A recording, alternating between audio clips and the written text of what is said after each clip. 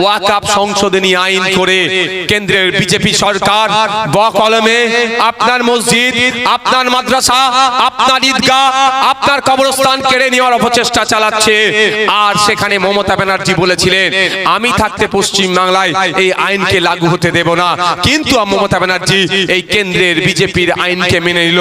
আপনার এলাকার লোকাল বিধায়কের ভূমিকা কি? আপনার মাদ্রাসা বাঁচানোর জন্য, আপনার মসজিদ বাঁচানোর জন্য, আপনার কবরস্থান বাঁচানোর জন্য, আপনার ঈদগাহ বাঁচানোর জন্য কোনো ভূমিকা আছে? তাহলে আপনি ওই জনপ্রতিনিধিকে লাভ কিছু হবে? আমি আপনাদের জানিয়ে যাই, আপনার বিধায়কের উচিত ছিল সুপ্রিম কোর্টে গিয়ে একটা মামলা করা।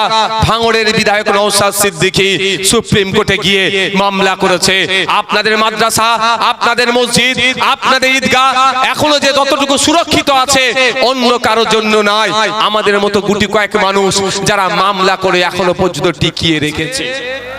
ইন্ডিয়ান সেকুলার ফ্রন্ট ক্যানিং পূর্ব বিধানসভা কমিটির উদ্যোগে বোদরা অঞ্চল কমিটির সহযোগিতায় মধ্য খড়গাছি এই বোদরাতে একটি রক্তদান শিবির হচ্ছে। এই রক্তদান শিবিরে আপনারা জানেন আজকে বিশ্ব প্রতিবন্ধী দিবস। 1992 সাল থেকে বিশেষভাবে যারা সক্ষম তাদেরকে এই দিনটি উৎসর্গ করে সারা পৃথিবী জুড়ে যারা বিশেষভাবে সক্ষম তাদের কর্মকাণ্ড, তাদের কার্যকলাপ, এই বিষয়গুলোকে উৎসাহ দেওয়ার জন্য এই দিনটিকে পালন করা হচ্ছে। সারা পৃথিবী জুড়ে এই দিন পালন হচ্ছে। আজকে ইন্ডিয়ান সেকুলার ফ্রন্টের উদ্যোগে আপনাদের এই মধ্য খড়গাছিতে বোদরা অঞ্চল কমিটির উদ্যোগে আমরা এই দিবস উদযাপন করছি। আমরা বিশেষভাবে যারা সক্ষম আজকে রক্তদানের মাধ্যমে তাদেরকে রেকগনাইজ করছি। তাদেরকে আমরা রেকগনাইজের মাধ্যমে এটাই বার্তা দিতে চাইছি যে আপনারা একা নয়, আপনারা সমাজের অন্য আমাদের এই সমাজের অন্য কোনো ব্যাপার নয়, আমরা এক সমাজের মানুষ। হয়তো আপনি বিশেষভাবে সক্ষম, এটাই হয়তো আপনার সাথে আমার আলাপ পরিচিতি, এতটুকুই ডিফারেন্স। তাছাড়া আপনার আমার মধ্যে কোনো পার্থক্য নাই। তাই বন্ধুগণ, আজকের এই গুরুত্ব, এই দিনের মাহাত্ম্য আমাদেরকে মাথায় রেখে আজকের এই রক্তদান শিবিরে যারা মূল্যবান রক্ত দিচ্ছেন তাদেরকে আমাদের মঞ্চের পক্ষ থেকে সাধুবাদ জানাই, ধন্যবাদ জানাই, ধন্যবাদ জানাই। আজকের এখানে অগণিত যে সমস্ত ভাইরা এসে মায়েরা এসে উপস্থিত হয়েছে তাদেরকে ধন্যবাদ জানাই, ধন্যবাদ জানাই। আমাদের কমিটির যাদের উদ্যোগে আজকের এই মহৎ দিনটা উদযাপন হচ্ছে, সাথে সাথে ভাঙড় ডিভিশনের পুলিশ কর্তাদেরকে ধন্যবাদ জানাই, যাদের সহযোগিতায় এই প্রোগ্রাম সুষ্ঠুভাবে সম্পন্ন হবে আশা রাখি। বন্ধুগণ, রক্তদান শিবির নতুন করে কিছু বলার নাই। সাথে সাথে এটা বলতে চাই যে আজকে আমরা এক মহান স্বাধীনতা সংগ্রামী বীর যোদ্ধা, যিনি অল্প দিনেই তার জীবনকে দেশের জন্য উৎসর্গ করেছিল, সেই স্বাধীনতা সংগ্রামীর স্মরণেও আমাদের এই আজকের এই রক্তদান শিবির। ভাই যারা ওখানে দাঁড়িয়ে আছেন এখানে একটু বসে পড়ুন তো, এই চটটা যেটা সামনে আছে চটে বসে পড়ুন। মায়েরা আপনারা ওখানে বসুন তো। ভলেন্টিয়ার কোথায়? মহিলাদের ভলেন্টিয়াররা কোথায়? আপনারা চটে বসে পড়ুন, এদিকে চলে এসে চটটাতে বসুন, বসুন ওখানে বসে পড়ুন, ওই চটে বসে পড়ুন। ওপারে যারা মায়েরা আছে তাদের বলবো চটে বসে পড়ুন, চলে আসুন। এখানে যারা দাঁড়িয়ে আছেন এই বাচ্চাগুলোকে যারা আছে চটে বসে পড়ুন, বসে পড়ুন। একদিকে রক্তদান শিবির চলছে, একদিকে এই বক্তব্যের বিষয়টাও চলবে। বন্ধুগণ, আমরা আজকে এক স্বাধীনতা সংগ্রামীর স্মরণে আমাদের এই রক্তদান শিবির। আপনারা জানেন শহীদ ক্ষুদিরাম বোস ইতিহাসের পাতায় খ্যাত হয়ে আছে। সেই সময় বিচারক ছিলেন কিংসফোর্ড। অত্যাচারী ব্রিটিশরা কিভাবে ভারতীয়দের উপরে অত্যাচার চালিয়েছে নতুন করে আমাকে ব্যক্ত করতে লাগবে না। তার মধ্যে অন্যতম একজন অত্যাচারী ছিল কিংসফোর্ড। তাই কিংসফোর্ডকে হত্যা করার জন্য প্ল্যান করেছিল বেশ কয়েকজন, তার মধ্যে অন্যতম ছিল আমাদের ক্ষুদিরাম বোস। যথারীতি প্ল্যান অনুযায়ী অ্যাটাক হবে, যারা নিরীহ সহজ সরল ভারতীয়দের উপরে আক্রমণ করছে, অত্যাচার চলছে, তাদেরকে এই দেশে বেঁচে থাকার কোনো অধিকার নাই। এই মানসিকতা, আর এই মানসিকতা যদি না থাকতো আমরা স্বাধীন ভারত পেতাম না, ব্রিটিশ মুক্ত ভারত পেতাম না। যারা আমাদের কৃষকদের উপর অত্যাচার চালিয়েছিল, যারা আমাদের নারী পুরুষ নির্বিশেষে আমাদের সকলকে শোষণ করেছিল ভারতীয়দের, তাদের বিরুদ্ধে সংগ্রাম লড়াই যারা জারি রেখেছিলেন, এই সংগ্রাম লড়াই জারি রাখার জন্য অনেককে আত্মত্যাগ করতে হয়েছে, অনেককে আত্মবলিদান দিতে হয়েছে। তাদের মধ্যে ইতিহাসের পাতায় স্বর্ণাক্ষরে যার নাম, যেগুলোর নাম লেখা আছে, সকলের না হয়তো ইতিহাসের পাতায় ঠাঁই না হলেও যার নাম লেখা, যাদের নাম লেখা আছে, তাদের মধ্যে অন্যতম একজন হলেন শহীদ ক্ষুদিরাম বোস, যিনি আপনার 1908 সালে কিংসফোর্ডকে হত্যার জন্য, কিংসফোর্ডকে আক্রমণ করার জন্য যার নেতৃত্ব হয়েছিল, সেই রকম ভাবে আক্রমণ করেছিল। কিন্তু ভাগ্যক্রমে কিংসফোর্ড ওই দিনকে ওই গাড়িতে ছিল না, তার পরিবর্তে দুজন মহিলা, মিসেস কেনেডি এবং তার মেয়ে ওই গাড়িতে চড়ে যাচ্ছিল। ফলে কিংসফোর্ডের বদলে ওই দুজন মহিলার মৃত্যু হয়েছিল। এরপরে তাকে, ক্ষুদিরামকে ধরার চেষ্টা হয়েছিল, প্রচুর চেষ্টা করার পরে অবশেষে ক্ষুদিরামকে গ্রেফতার করেছিল। আপনারা জানেন গ্রেফতার করার পরে কিভাবে তার অত্যাচার চালিয়েছিল, তাকে ফাঁসিতে চড়িয়েছিল, আমরা সকলেই জানি। কিন্তু একটা কথা বলাই তার স্মৃতিতে করার এই কারণটাই হচ্ছে, যে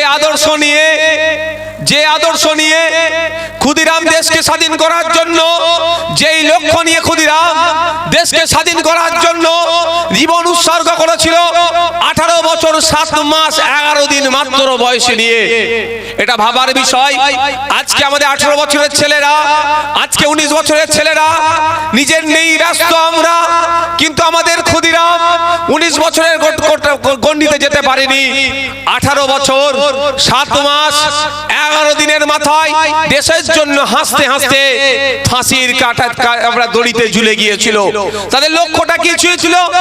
ব্রিটিশ মুক্ত ভারত, শোষণ মুক্ত ভারত, একটা সম্প্রীতির ভারত, ঐক্যের ভারত, সেকুলার ভারত তৈরি করতে হবে, যেই ভারতে নারীর অধিকার থাকবে, পুরুষের অধিকার থাকবে, কৃষকের অধিকার থাকবে, সরকারি কর্মচারীর অধিকার থাকবে, হিন্দুর অধিকার থাকবে, মুসলমানের অধিকার থাকবে, শিখের অধিকার থাকবে, পাঞ্জাবির অধিকার থাকবে, আদিবাসীর অধিকার থাকবে, দলিতের অধিকার থাকবে, এক কথায় নাগরিকের অধিকার থাকবে। সেই ভারত তৈরির স্বপ্নে মাত্র 18 বছর 7 মাস 11 দিনের মাথায় হাসতে হাসতে ফাঁসির কাটে চড়ে গিয়েছিল। তাই বন্ধুগণ, সেই আদর্শ আমাদের মধ্যে আনতে হবে। আমাদের সমাজে ঘটে চলা অন্যায়ের বিরুদ্ধে আমাদেরকে রুখে দাঁড়াতে হবে। গণতান্ত্রিক প্রক্রিয়ায়, ডেমোক্রেসিক ওয়েতে আমাদেরকে সমস্ত রকম সমাজের ঘটে চলা অন্যায়ের বিরুদ্ধে লড়াই সংগ্রাম জারি রাখতে হবে। রাজি আছেন তো নাকি আপনারা? রাজি আছেন তো নাকি? সাংবিধানিক ওয়েতে যাবেন, গণতান্ত্রিক পদ্ধতিতে আপনি আপনার লড়াই লড়ে যাবেন, কেউ আপনাকে আটকাতে পারবে না। একদিকে বোমগুলি পিস্তল থাকবে, অন্যদিকে যদি আপনার হাতে সংবিধান থাকে, আপনাদের এখানে বলে যাচ্ছি সংবিধান দিনের শেষে জয়ী হবে। কোনো বোমগুলি পিস্তল জয়ী হতে পারবে না। হয়তো সাময়িক সময়ের জন্য বোমগুলি পিস্তল দিয়ে আপনাকে আটকে রাখার চেষ্টা করবে, কিন্তু যদি আপনি সংবিধানটাকে আটকে ধরে আঁকড়ে রাখতে পারেন, দিনের শেষে আপনি জয় হবেন। ওই সমাজ বিরোধীরা আপনার কাছে পেরে উঠতে পারবে না। তাই বন্ধুগণ, কোনটা হাতে ধরবেন? কোনটা হাতে ধরবেন? একটু জোরে বলুন। এই সংবিধানের জন্য আমার শহীদ ক্ষুদিরাম বোস দেশের জন্য জীবন দিয়েছে।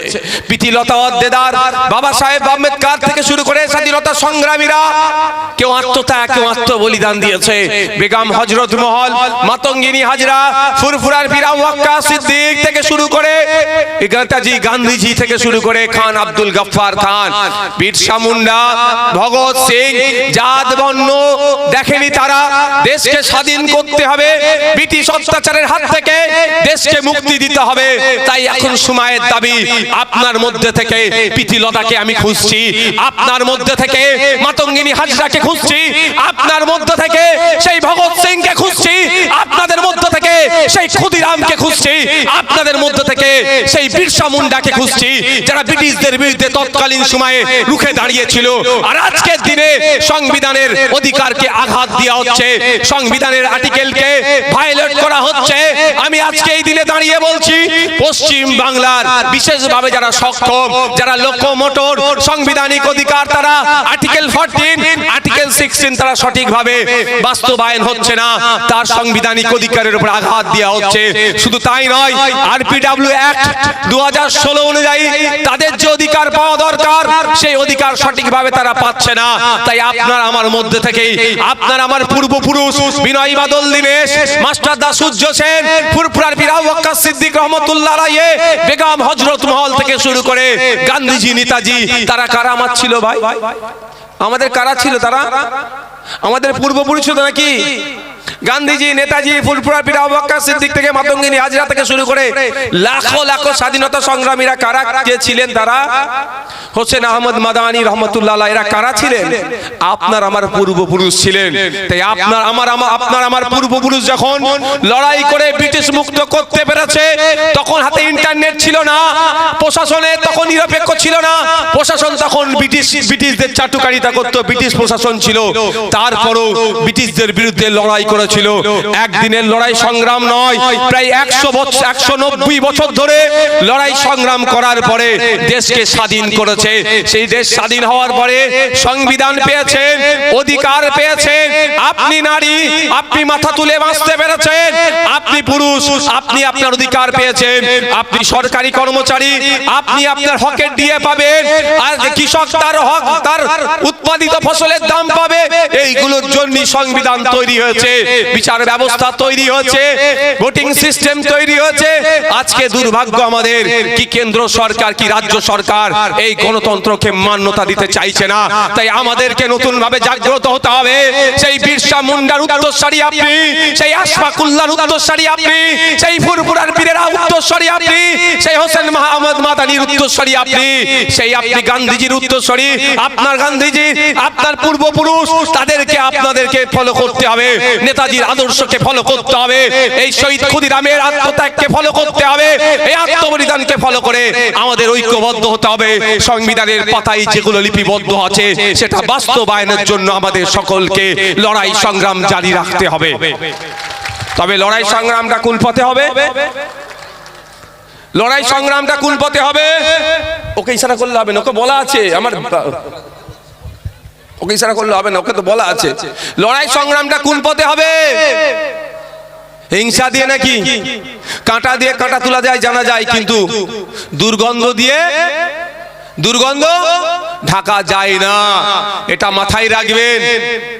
আমাদের পূর্বপুরুষেরা দেশকে স্বাধীন করতে পেরেছিল, তারা শৃঙ্খলাবদ্ধ ছিল, তারা ঐক্যবদ্ধ ছিল। সেই জন্যই সমস্ত অন্যায়ের বিরুদ্ধে তারা লড়াই করে জয়ী হতে পেরেছে। তাই আমাদেরকেও শৃঙ্খলাবদ্ধ হতে হবে, ঐক্যবদ্ধ হতে হবে।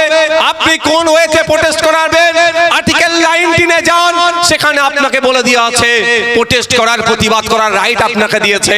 সেই ডেমোক্রেটিক ওয়েতে আপনাকে আমাকে লড়াই করতে হবে, সংগ্রাম করতে হবে, প্রোটেস্ট করতে হবে। কোনো মতেই হিংসার পথে যাওয়া যাবে না। কারণ হিংসা চোখ, এই আমি যখন আসছিলাম আমাদের শাহাবুদ্দিন সিরাজি মনে বলছিল, চোখের বদলে যদি চোখ তুলে নেওয়া হয়, বাস্তব কথা, কেউ একজন চোখ তুলেছে, তারপরে যদি আমিও চোখ তুলি, তাহলে পৃথিবীতে একদিন তো সবাই অন্ধ হয়ে যাবে। তাই বন্ধুগণ, সেটাই আমাদেরকে মাথায় রাখতে হবে। আমাদেরকে দলবদ্ধ হতে হবে। কে হিন্দু, কে মুসলমান, কে খ্রিস্টান, কে দলিত, কে আদিবাসী, আমাদের দেখার প্রয়োজন নেই। এন্ড অফ দা ডে আমরা ভারতীয়, এটাই আমাদের পরিচয় হবে। ধর্মেও পরিচয় থাকবে, সামাজিক পরিচয় আমরা ভারতীয়, এর থেকে বড় পরিচয় আমাদের সামাজিক ভাবে আর কেউ নতুন করে দিতে পারবে না। শুভেন্দু অধিকারী মহাশয়ের কথা শুনছিলাম, হিন্দু হিন্দু ভাই ভাইয়ের গল্প শোনাচ্ছে, কিন্তু শুভেন্দু বাবুকে অনেক আগে আমি চ্যালেঞ্জ করেছি, শুনেছি নাকি শুভেন্দু বাবুর অনেক পেট্রোল পাম্প আছে, আরে আপনার তেলের পাম্প আছে, তো আপনি পাম্পের সামনে বড় করে লিখে দিন হিন্দু হিন্দু ভাই ভাই, মুসলমানকে তেল বিক্রি নাই, তাই তো বুঝতে পারবো। ব্যবসাটা যখন চাইছেন তখন আপনি হিন্দু আর মুসলমানের ফারাকটা বার রাখছেন না, যখন ভোটের দরকার সহজ সরল হিন্দু ভাইকে আপনি উস্কে দেওয়ার চেষ্টা করছেন। আমি আপনাদের একটা নাম বলবো, গত বছরে আরজিকর হসপিটালে আপনার আমার বাড়ির মেয়ে একটা খুন হয়েছিল, তার জন্য আমরা প্রতিবাদ করেছিলাম। আমি জোর গলায় বলবো, সারা পশ্চিম বাংলায় যত রাজনৈতিক দল আছে তারা যত না প্রতিবাদ করেছে, ইন্ডিয়ান সেকুলার ফ্রন্ট, এই মালিক মোল্লারা, শাহাবুদ্দিন সিরাজিরা, বিশ্বজিৎ মাইতিরা, তাপস চ্যাটার্জিরা, এরা সব থেকে বেশি প্রতিবাদ করেছে। তার ধর্ম দেখেনি, তার সাথে যে অন্যায় হয়েছে তার পরিবাহী নাই পাই যাতে সেই আন্দোলন আমরা করেছি। আমরা কি দেখলাম পরিশেষে সিবিআই মামলাটা টেক ওভার করলো, সিবিআইয়ের হাতে মামলা গেল, ভালো কথা সিবিআইয়ের হাতে মামলা গিয়েছে, কিন্তু আমি দেখে অবাক হয়ে গেলাম, সে যখন সিবিআই চার্জশিট দিচ্ছে সেই চার্জশিটে তার পরিবার কি বলছে, ওখানে কে ভিড় করছে না?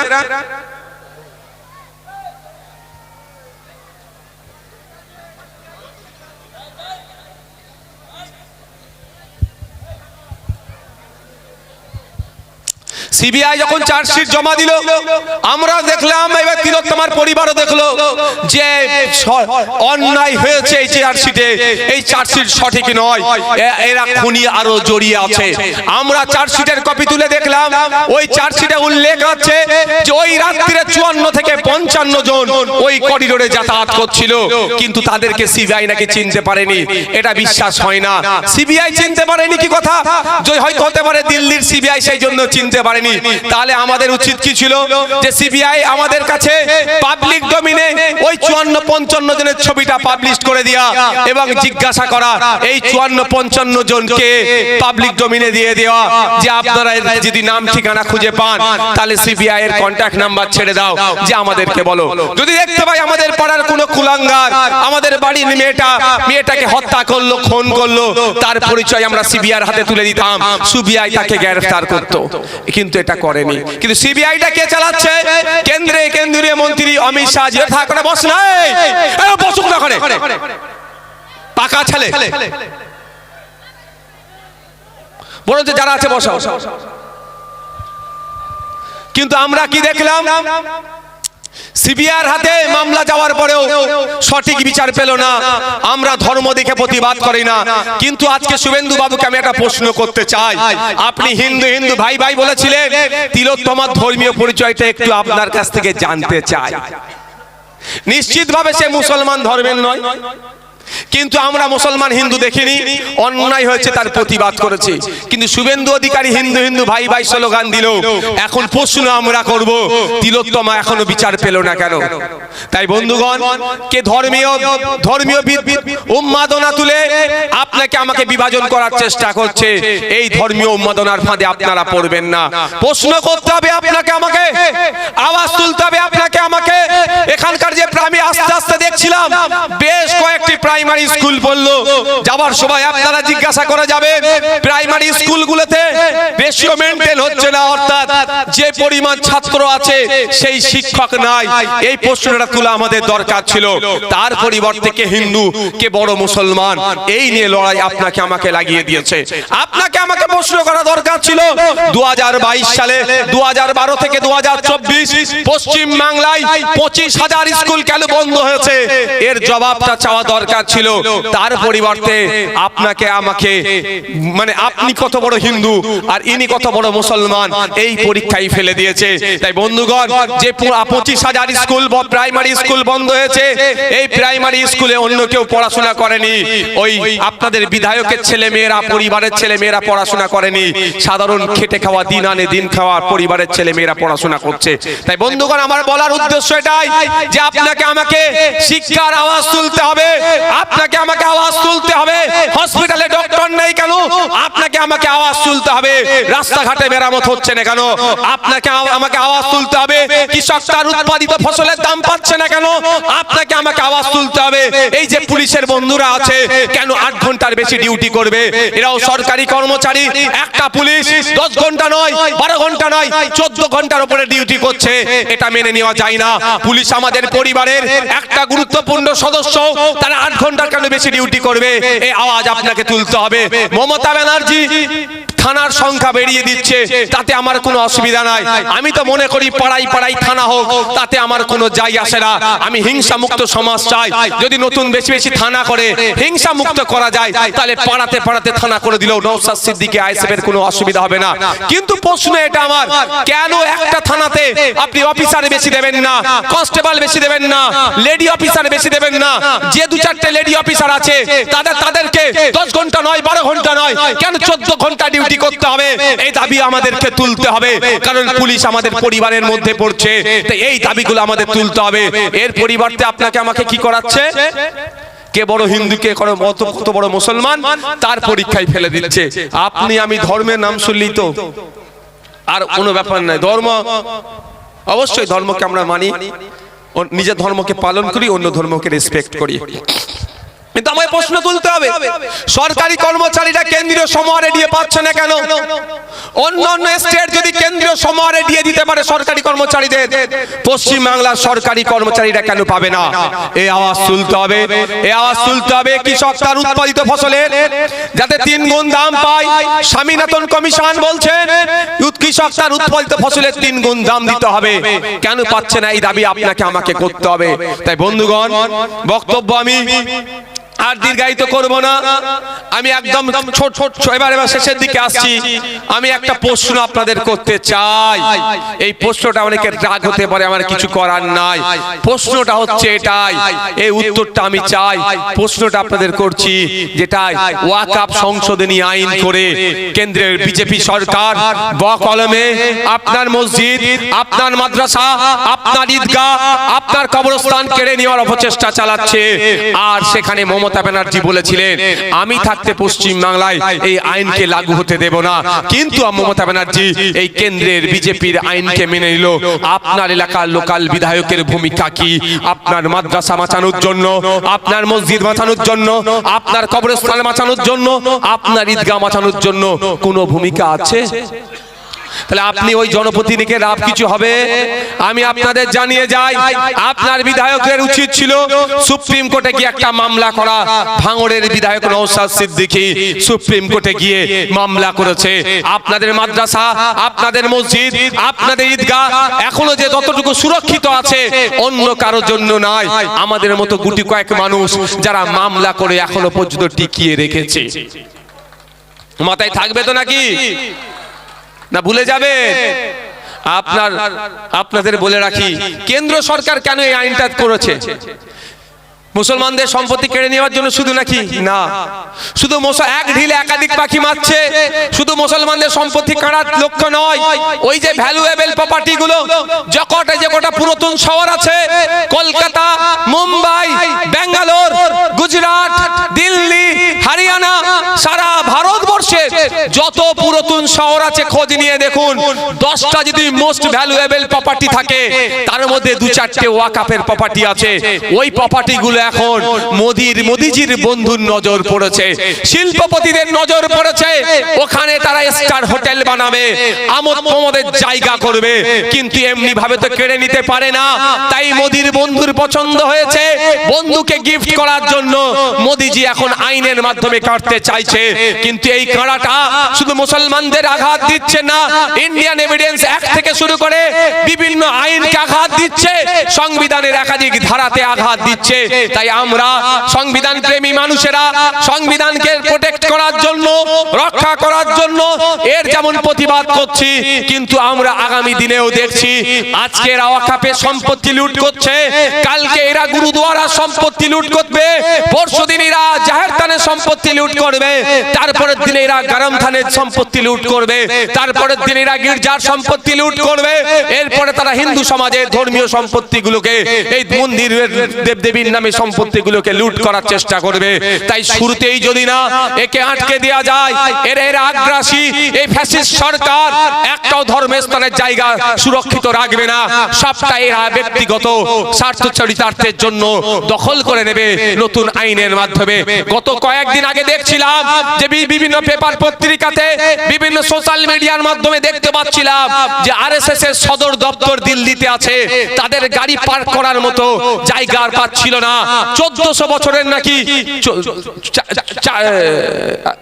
140 বছর, প্রায় 140 বছরের, সরি 1400 নয়, 140 বছরের পুরাতন একটি মন্দিরকে তারা ভেঙে চুরমার করে দিয়ে, উড়িয়ে দিয়ে ওই জায়গাটাকে খালি করে এদের গাড়ি পার্কিং এর জায়গা করছে। তাহলে বুঝুন, এদের যখন প্রয়োজন হবে ওয়াকফ সম্পত্তি আইনের মাধ্যমে নিয়ে নেবে। এদের প্রয়োজন হয়েছে গাড়ি পার্কিং করব, মন্দির ভেঙে গুড়িয়ে দিয়ে গাড়ি পার্কিং করছে। এরা এই রাজনীতি করে। তাই আমাকে আপনাকে সজাগ সতর্ক হতে হবে। এখানে হিন্দু মুসলমান দলিত আদিবাসীর ব্যাপার নয়, এখানে আমাদের জনগণের ব্যাপার, নাগরিকের ব্যাপার দাঁড়াচ্ছে। ঐক্যবদ্ধ হতে হবে, দলবদ্ধ হতে হবে। সামনে 2026 সাল আসছে, এর জবাব আমরা গণতান্ত্রিক প্রক্রিয়াতে দেব, সেই জায়গা আপনাদের আছে। দেখুন, সংবিধান আপনাকে পাওয়ার একটা দিয়েছে, সব থেকে বড় অস্ত্র সংবিধান আপনার হাতে তুলে দিয়েছে। আর্টিকেল 326, ইটস মিন আপনাকে ভোটদানের পাওয়ার দিয়েছে। মোদিজির একটা ভোটের যত ক্ষমতা, নওশাদ সিদ্দিকী এমএলএ একটা ভোটের অতটাই ক্ষমতা, মমতা ব্যানার্জি রাজ্যের চিফ মিনিস্টার, ওনার ভোটের অতটাই ক্ষমতা। আর আপনারা যারা চটে বসে আছেন, আপনাদেরও ভোটের একই ক্ষমতা। এটাই আমাদের ডেমোক্রেসি, আমাদের মহান সংবিধানের পাওয়ার দিয়েছে।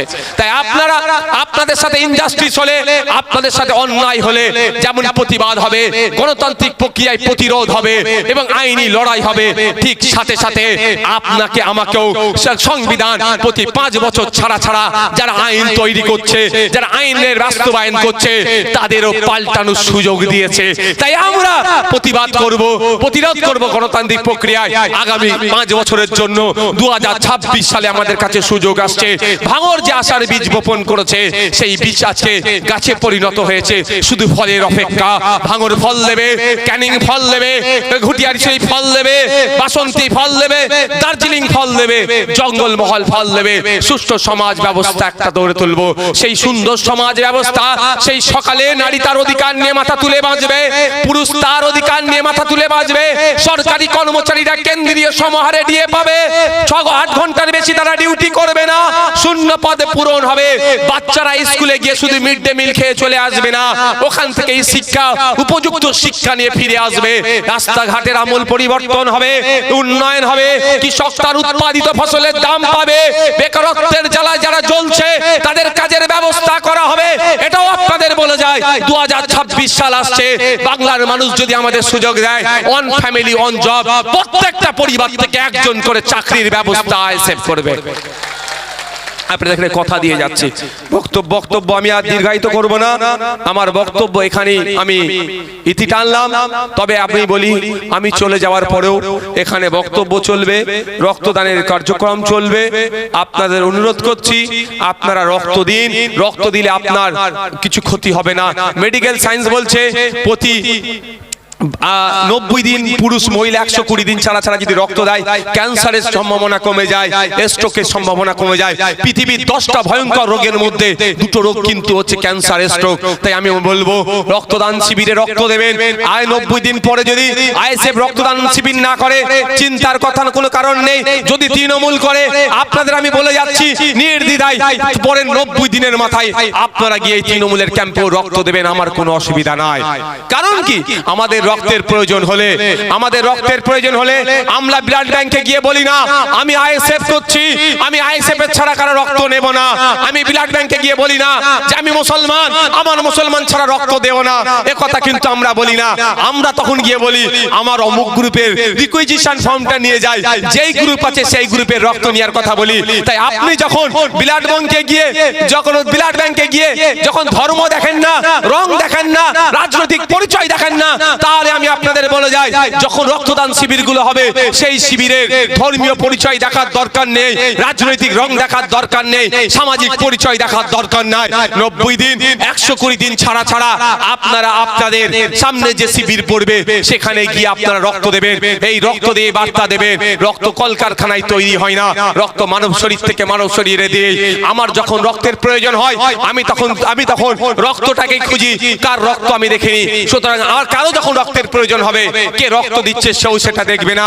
তাই বলবো বন্ধুগণ, ইতিপূর্বে এইখানে এত ভয়ের পরিবেশ তৈরি করার পরেও, আতঙ্কের পরিবেশ তৈরি করার পরেও, একাধিক ডেট পরিবর্তন করার পরেও ইতিপূর্বে এখন পর্যন্ত, এখন 12টা বাজে, এই মুহূর্তে 350 অধিক রক্ত যোদ্ধা আজকে আমাদের শহীদ ক্ষুদিরাম বোসের স্মরণে যে রক্ত অর্পণ শিবির হচ্ছে, আর সারা পৃথিবী জুড়ে যত বিশেষভাবে যারা সক্ষম তাদের রেকগনাইজ করার জন্য যে রক্তদান শিবির হচ্ছে, তারা আমাদের 350 যোদ্ধা তাদেরকে রেকগনাইজ করছে, তাদের কাজ কর্মকে স্যালুট করছে। এবং আমাদের বীর যোদ্ধা ইতিহাসের পাতায় যিনি স্বর্ণাক্ষরে লিপিবদ্ধ আছেন, শহীদ ক্ষুদিরামের আত্মত্যাগকে রেকগনাইজ করছে, স্যালুট করছে বলে তা আজকে আমরা এখন পর্যন্ত 350 ডোনার রক্ত দিয়েছে।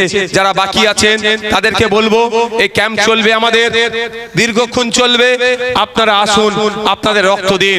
আপনারা রক্ত দিলে যেমন সম্প্রীতির, যেমন ওই